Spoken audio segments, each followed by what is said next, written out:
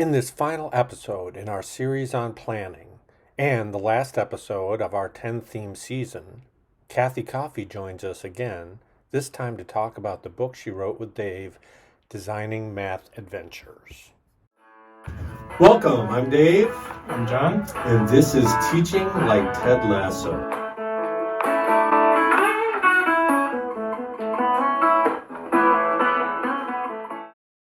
Warning. We expect that you have watched Ted Lasso. There will be spoilers ahead and scenes that don't make sense if you don't have some familiarity with the show. What's it like to be on the other side of the interview, Dave? Well, it's interesting, right? This is the end of our 10-theme arc. This was kind of where we first started. We thought we'd just talk to each other about the show. And so, yeah, it's a little bit interesting to think about how to answer questions as opposed to just ask questions. Would you introduce yourself for listeners? Sure. I'm Kathryn Coffey, and I retired in June. Hold for applause. Yes, and I am coming out of retirement for three things. Maybe four things, I guess. Math in Action, which already happened. This, AMTE in March, and Michigan Council of Teachers of Mathematics. Where you guys are keynoting, right? Yes. So going out with the bang. Once you retire, you don't have to keep all that stuff in your head anymore. I haven't. Anyway, but yeah, so that's where I am. I've been thoroughly enjoying my time. And Dave, anything we should say about you for? I think our audience probably knows. I also want to point out, just in case someone's only tuning in for this one, the other reason that we wanted Kathy on is it sort of bookends the theme. She was in the very first. She's our first guest, my first interview for this. Right. Yeah. When we talked about play and games, and so we felt like, and she even she foreshadowed a little bit of what we decided we wanted to talk about in this last theme, where she talked about planning for games, prepping for games, and so it felt like it was a nice sort of full circle, right, or full triangle to bring Kathy back. Yeah. Well, it's the planning in some senses, like the air in which everything else about teaching happens, right? So right. One of the reasons we're talking to you two together for this, right, is your book. Yeah, so Designing Math Adventures is coming out hopefully March 15th or 16th. I didn't realize it was that 2024. Yeah, we've been working on it for a while and decided that the AMTA conference we're going to actually be talking about using some of the ideas from Designing Math Adventures to share with other math educators in Michigan. So we decided that would be a good time. Mm-hmm. Yeah, very good. Ever since reading an early draft, it's definitely affected the way I work with pre-service teachers. Oh, that's nice. Thank you. Yeah. Kathy, as you know, from back in episode 1, right, we asked stupid questions. Right. This episode, the question is, what song would you sing for karaoke? Do you sing karaoke? I generally avoid it. Yeah. After a very embarrassing experience Oh, no. a long time ago, trying to sing Mama, Don't Let Your Babies Grow Up to Be Cowboys, because that's the only part of it Right. is the chorus, and then it's totally embarrassing in between, and I've never done it since, and that was a long time ago. It wasn't a karaoke where it popped the lyrics up for you? It did, but you don't. But you just don't know how it goes. You don't know how it goes. You don't know the tune. But the one song I probably do know is "Your Laugh at Wagon Wheel." It's a great fiddle song, and I do know all the words to that, and I think I could nail the timing, maybe. Going way back, one of the first things I ever heard you talk about, Kathy, was the teaching learning cycle. Mm-hmm. It was an early influence for me via Dave and from you, Sharon. So would you share kind of what's the idea of the teaching and learning cycle, and how does it relate to what you guys do in the book? Well, I became familiar with that through the Right. Learning Network back in, 2004 or 5 or something. And basically it's a cycle, and you can jump into the cycle anywhere. It's basically planning, teaching, assessing, evaluating, but you can jump in anywhere. Right. You really need to complete all 4 parts of it to know that your teaching has been effective. So you plan, you teach, do some sort of assessment, doesn't mean a test, some Right. sort of questioning or whatever, and then evaluate the responses and, were they on target? Did you get across what you wanted to get across? And then planning again if it didn't. Yeah. So And much like a problem-solving cycle, it's messy. Assessing could send you back to planning or back to doing. Right. Yeah. Right, and where you are in the year, also, if you're at the beginning of the year, well, you can't really have assessed and all that. You just have to, sometimes you just jump in, and then you can start the cycle. So you might just jump in at where you planned and you teach a lesson, and then the cycle could begin there. Okay. And so how does that relate to this designing math adventures? The whole key of it to me is that it keeps students at the center of what you're doing, because you're planning and then you're teaching and then assessing to see, did they get it, did they not, where are they, evaluating that, and then continuing that cycle till you make sure that you're not just covering material, basically. Right. So it fits into that, in that design thinking is human-centered. And that's probably natural for Kathy, and I think for most elementary teachers, they think about keeping kids central. Right. As a secondary, I'm not sure that was the same for me, and so that was a huge aha. And you've heard me say this, and I don't know that I've said it on the podcast before, but the fact that I'm a good teacher is because I have this good teacher sitting next to me.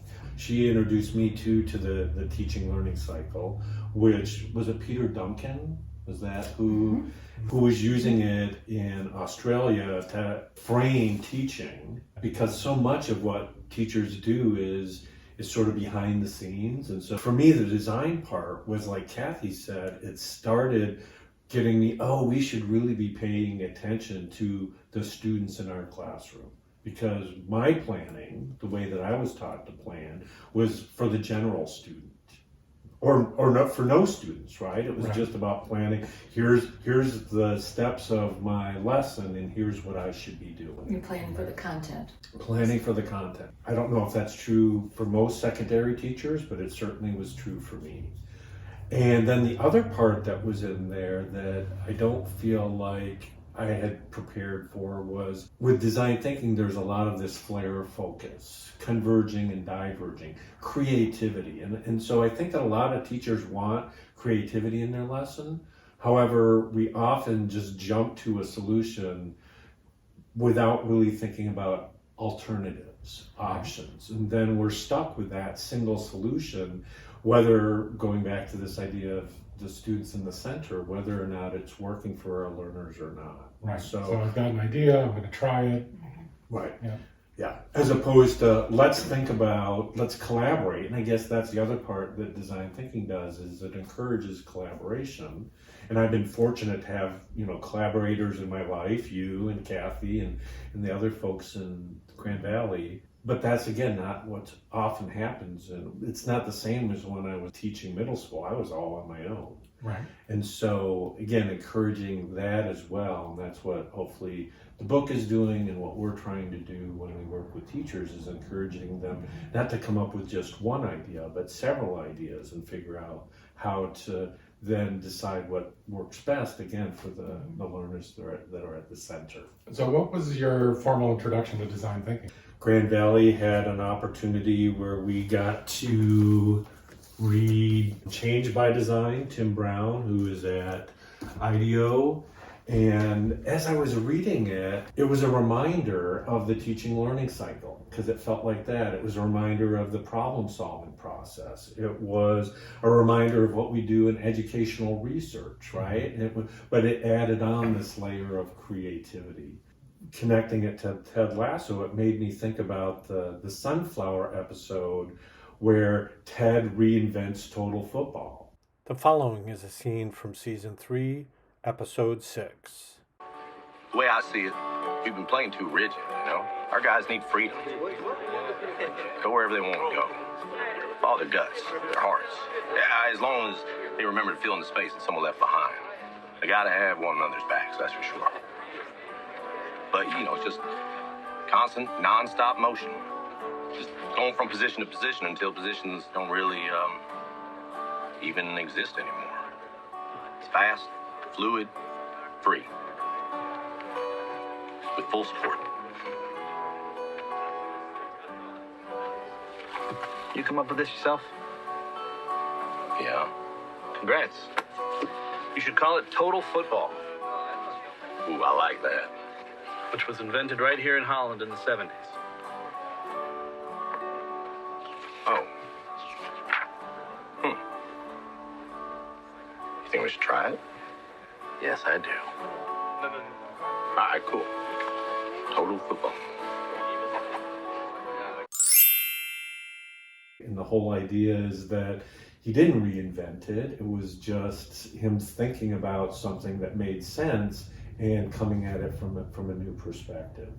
It reminds me of, I think we heard Lonnie Horn talk about being in classrooms and looking around and it being like an archaeological dig, right? That all these layers upon layers upon layers. And both of us as teachers, we didn't want to add one more layer. And so we felt like what we hopefully could do is take what they're already doing in their classroom, what they've already learned, and add these supports to help what they're doing to be more intentional, more sustainable, more creative. So less of, I'm doing this because I've been doing it, Mm-hmm. and more intentionality. And then a way to measure that in a way. And also, Dave touched on it, but the other thing, we kind of put the teaching learning cycle, like thinking about teaching like an iceberg, and that teaching is the only thing people see, and it's that planning and assessing and evaluation that are all kind of, assessing, the students might be aware that you're assessing if you're giving a test, but if you're just asking questions or conferring, they might not really think about that as an assessment, but it is. Yeah. And so all of that is happening kind of under the water. Well, and to Kathy's point too, I love that idea that she was bringing up in terms of it's like an opportunity to investigate or interrogate your own teaching and thinking about what's working, maybe what needs work. So the other piece that we add in is Innovator's Compass. And we had Ella on the podcast, and a lot of what she talks about with Innovator's Compass is about getting unstuck. And it feels like, to me, lots of teachers are sort of stuck in just doing things the way that they were taught. And so helping them to be aware that they're stuck in a rut, and ruts aren't necessarily a bad thing, right? They're It's a well-worn path. and we can feel comfortable in that.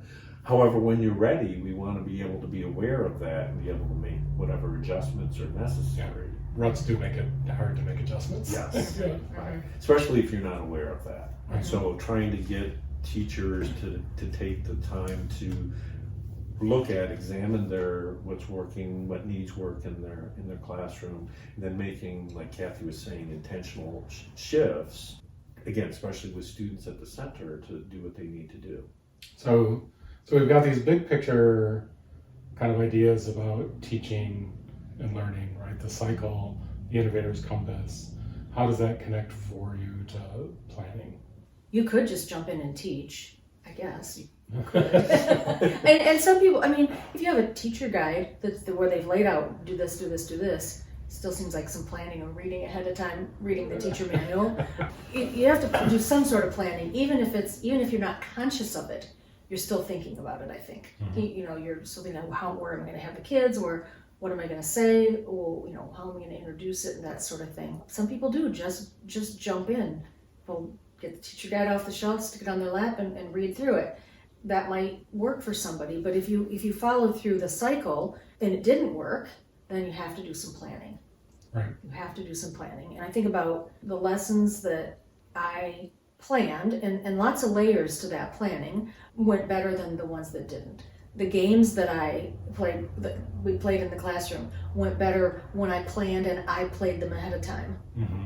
And I knew what pitfalls or what questions did I have versus jumping into just giving it to the kids and then they don't understand it and neither do you. And with novice teachers, it is so hard to convince them of that value of trying it yourself. Oh, it is. And we were just presenting at Math in Action last Saturday, and it was about playing games and the importance of playing games. And at the point where I released the teachers to do the work of teaching, we talk about that part of the work of teaching is I'm not going to teach you the game, because when you're in the classroom, I'm not there. You've got your teacher guide and written instructions, and so the work of teaching is you really have to read those.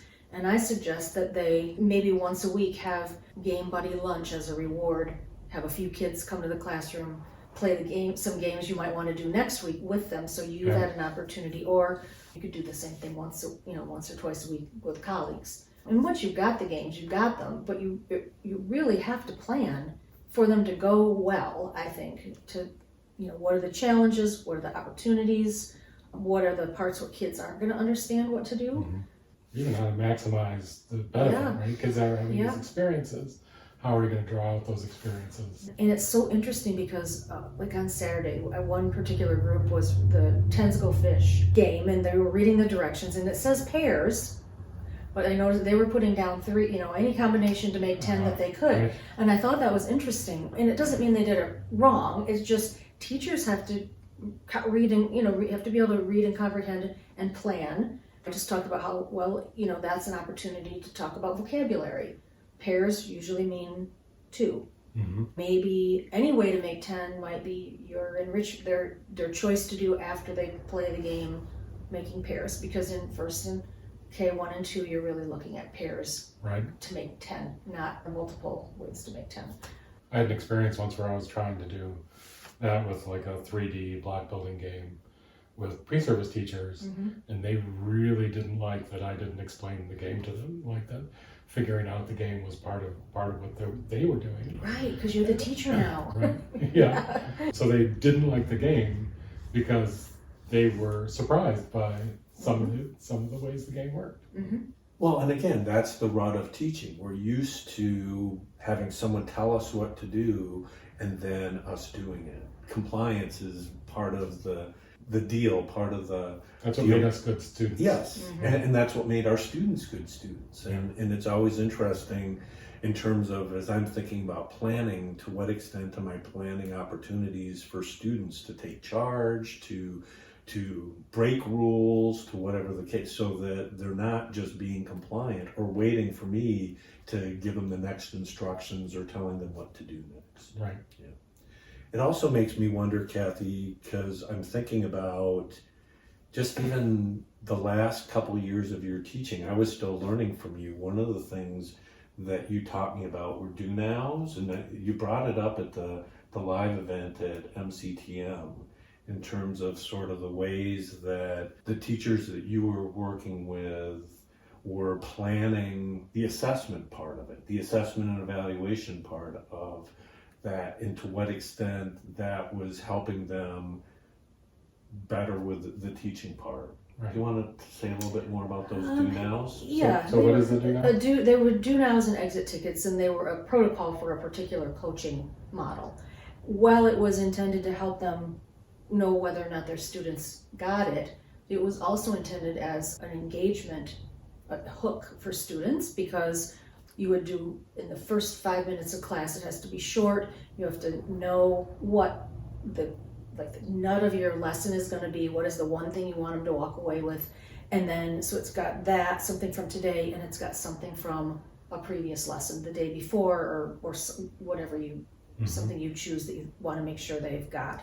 And so it's just two questions. One previous material, one material that you're going to do today. You do that, you collect it, and in front of the students, you got it, almost, and then you record that on the board, and you're looking at the today part for that. You can look at the previous material later on your own. It's really, they're focusing on that. And so let's say out of 24 students, 9 got it, and the rest didn't.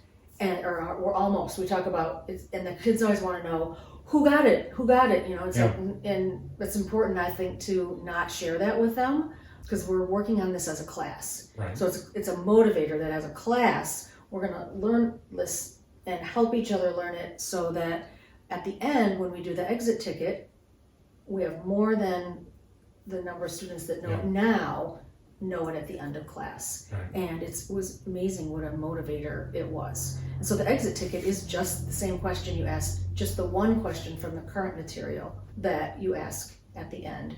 Ideally, you would also share that. So you've got the, before, and then at the end, okay, so now 20 out of 24 know this. Yeah. And the students just it's unbelievable. They cheer and they're like all excited, and yeah, it's and it's motivating because, I mean, yeah, you still have 4 that are almost there. We never said didn't get it. It was always got it or almost. Yeah.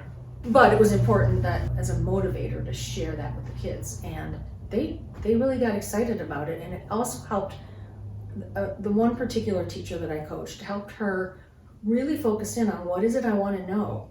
Because if you ask the wrong question, you know it right away that it's the wrong one, even though it seemed like the right one at a time. Yeah. You know, so this teacher's kind of learning along the way.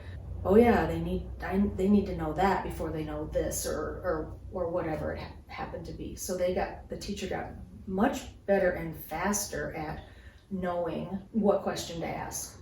Well, and how much that must focus your teaching. Yes, it does. And it's I say it's simple but not easy, right? It's simple because it's the same question. You have to come up with a question from the day before, but that could also be a question that you asked before. So you're not always rewriting your questions. It's the same question before and the same question after. Yeah. And so it makes it manageable. And the teacher got really fast at, got it, not yet, got it, not yet. And the kids really was amazing. Even in terms of the teacher anticipation, right? The kind of just that, so you're working through the lesson, you're watching the kids then, right? How much you're going to be expecting, kind of what do you see in that exit ticket. So now some of the ways she was talking about that connects for me to the one sentence lesson plan. Well, before we get to that, I also want to lift up though what Kathy was talking about and connect it to earlier themes. We were talking about Gloria Ladson Billings' work, the Dream Keepers, and that the big key of success there was building a classroom community that's supporting success. I think it was related to building thinking classrooms and complex instruction.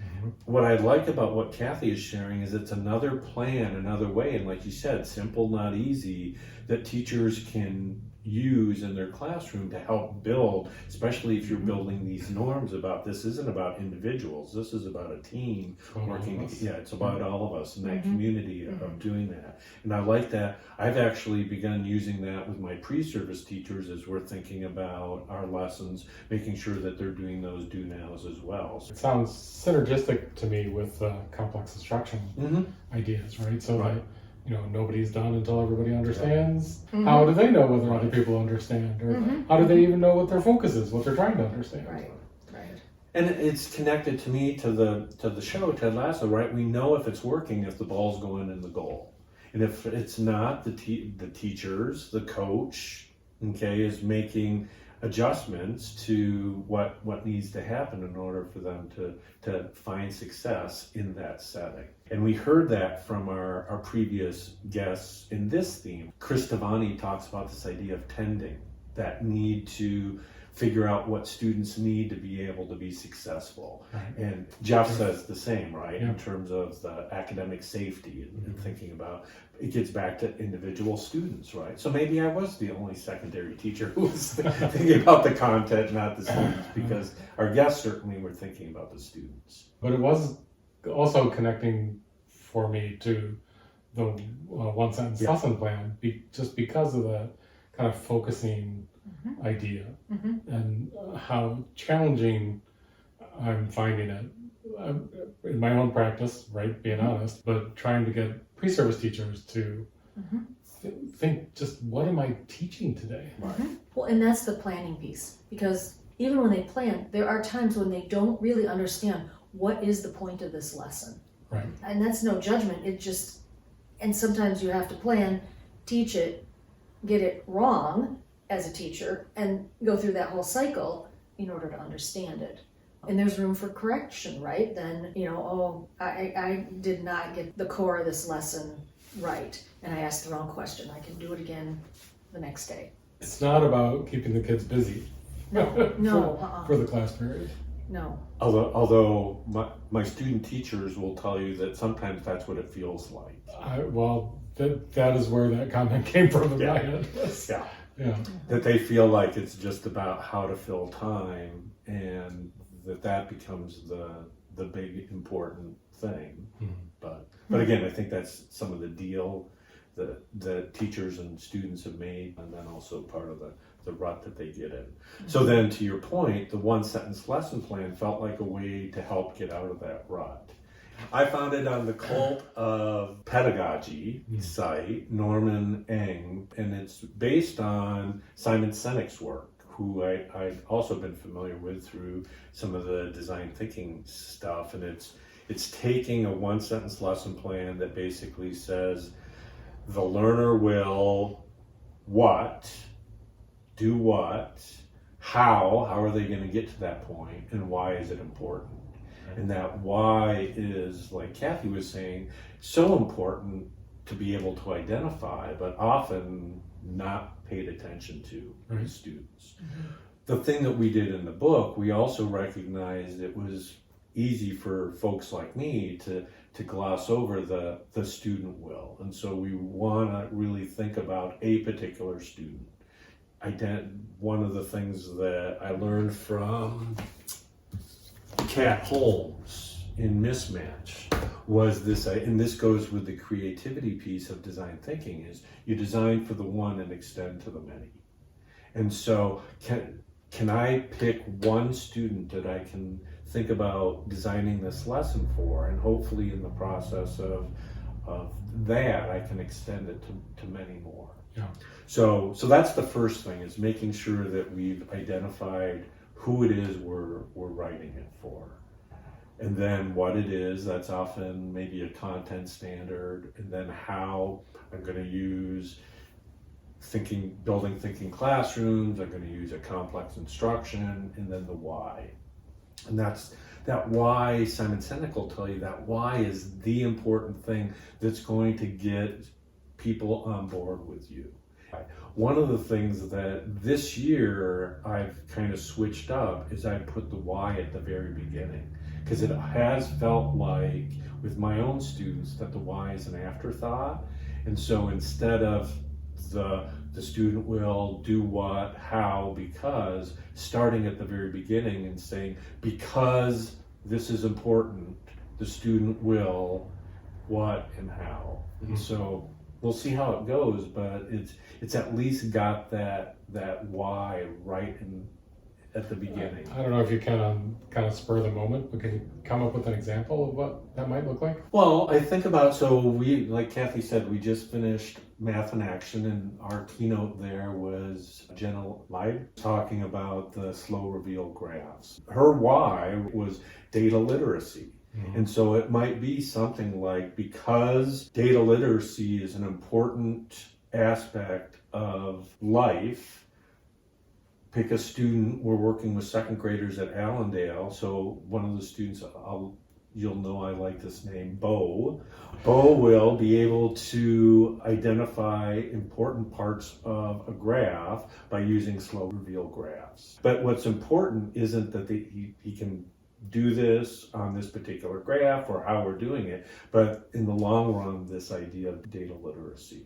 The why can be tricky too, because we can just get sort of like surfacey, like, because it's important to read graphs. Well, yeah, it's important to read graphs, but if you're thinking critically, it's really that critical thinking that you're developing. Nice. In the end. It's not so you won't get fooled. Mm-hmm. Right? Well, I mean, maybe it is, but you can still get fooled. But you're developing ways of thinking. Your brain is developing pathways, and I think it ties back to why the games are so important, because it's not just about the math. It's about developing that prefrontal cortex of the brain. That's one of the other reasons that games are important. Which is so much more big picture. Why should math be a core subject? Why should students take Algebra 2? Right? If we're going to say it's about problem solving or critical thinking or brain development, it really should be the why of our lessons as well. Mm-hmm. Yeah. And that will change our lessons as a result if we're paying real attention to that authentic why. As a middle school teacher, even, I gave up trying to get students to, you'll need it later in life, because that just became an ongoing debate. And I don't know when you'll use it, right? But I do know, like Kathy said, I do know that this will support your critical thinking. I do know that this will support your problem solving, your ability to communicate. And I have to believe it. That's the other point that Simon Sinek points out, is that if you don't believe it, you're not going to be able to get anyone else to buy in as well. So it's got to get to the point where we believe it, which again is one of the reasons I want to put it up front. The other thing that I like about the one sentence lesson plan, I just heard on a podcast David Butler talk about we spend too much time planning what we're going to do, what we're going to say as teachers, and don't think about it in terms of listening to children, listening to learners. And so one of the other reasons I like the one sentence lesson plans is that it really it narrows in on what's important, but it doesn't also have me planning too much. So I'm just thinking about what I'm doing as opposed to what the students are doing and what I'm going to learn from what the students are doing. And ties so much more into the assessment, right? So if that's your lesson plan, then you want to know, what do they know to go in? What do they know coming out? Yeah. Very nice. All right. Well, you've been using it with your class. Well, I mean, what are you getting out of it, and what are they getting out of it? It's well, with novices, right? They have a lot of things they're attending to, right? Where I see it most is when I'm sitting in with them, and then afterwards, right? Like trying to talk them through those elements of the lesson plan, which they maybe have thought about, or maybe they haven't. Maybe they'll put it on their doc after, after the lesson. But what a clarifying question it is. What did you want them to be able to do? And then to talk about the individual, what did Pamela know about this today? And again, that's nice that they're focusing on a student and being able to do that work. So yeah, hopefully they'll read your book. Anything else? No? No, I can't believe we're done. That's great. Maybe there'll be less editing for you. It feels like we should have done this before. Done what? Well, we were thinking about, so what would have been the one sentence lesson plan for this podcast? The how is pretty obvious, right? We decided to make a podcast. Yeah. Talk to interesting people. Yeah. The what was making connections between Ted Lasso and education. Yeah. Because all the time we are talking about, oh, did you see this? Yeah. Does it make you think of that? And the who, quite honestly, I mean, we've said this before, it was just an opportunity for us to talk, right? To talk to cool people. So it really was for us. You asked me what would be success, how many people, I was like, just us. But I mean, it's been nice to hear from listeners who have talked about the guests. They very rarely talk about any wisdom that we've shared, which is fair. Yeah, no, that's the focus for us as well. Yeah. But as people have brought stuff up, I'm like, I think about with complex instruction, I always point them to Joy's episode, or if we're talking about building thinking classrooms, to Dan's episode. And if we're thinking about the because, I really pretty deeply believe that the way we get better as teachers is talking to other teachers about learning, about our learners and what they're doing. Thank you, Dave, as usual. All right, you have the idea for these crazy projects and you're willing to invite other people along, and I've appreciated it just enormously. So, well, thank you. I'm glad I have people who are willing to go along for the ride. So it makes it so much easier. Thank you for inviting me. I appreciate it, being able to contribute at both ends, the beginning end and the ending end. Literally could not do it without you. Well, I appreciate that. Yeah. I sometimes find that hard to believe, but yet I do understand too. So yeah, good. Well, I'm glad. And thank you for all for watching, listening for this. There will be some more bonuses that come out. And again, if you have any ideas, we're open. All you have to do is ask. yeah. Teaching Like Ted Lasso @gmail.com. Please check out our show notes for more resources.